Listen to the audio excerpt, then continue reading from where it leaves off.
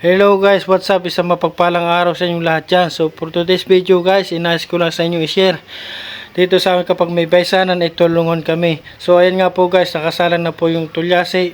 Nakapagpainit na po kami, inintay na lang po namin yung jeep na may dalang pong baboy. So ayan nga po guys, dumating na po pala yung baboy na in-order.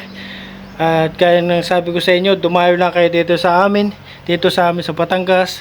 At pagpapatay namin kayo ng baboy ng kapitbahay. So ayan na nga po guys, tinalian ng uso para madali siyang hilahin na kung saan man siya uurakan sa liig. So ayan na nga po guys, yung first batch inurakan na sa liig. Ayan, hinila na. Mama, saan niyo po ako dadali? Tulungan niyo po mama. Ayan na po guys, inurakan na yung first batch na baboy.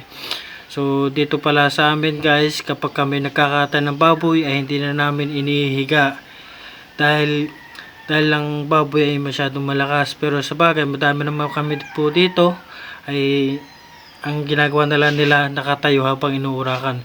Pero delikado man, ay yun ang nakasanayan nila. Panoorin nyo ito.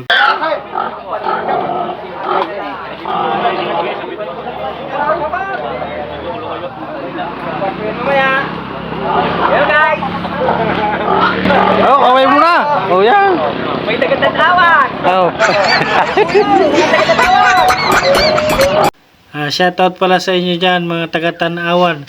Maraming salamat sa inyo mga suporta. Maraming salamat. Sana huwag kayo magsawang suporta ng aking video. At ayan na nga mga idol, inilatag na namin sa lamisa para mahugasan namin ang baboy at makaluskusan na. At ayan pa ang isang baboy na sinunod, hugasan din po yan. Ako hindi po ito makapag-video, ako pinatulong din po sa kanila. At ayan na nga po, hinugasan na yung utoy ng maigi ang baboy para may makaluskusan na. At yung isang grupo nga pala ay nakakaluskus na. Abay, ingat naman kayo diyan at baka mabanlian, ay mainit ang tubig, ay baka mapasama ang inyong karne niya sa baboy, ay siya talagang inam na. Ay Diyos ko po.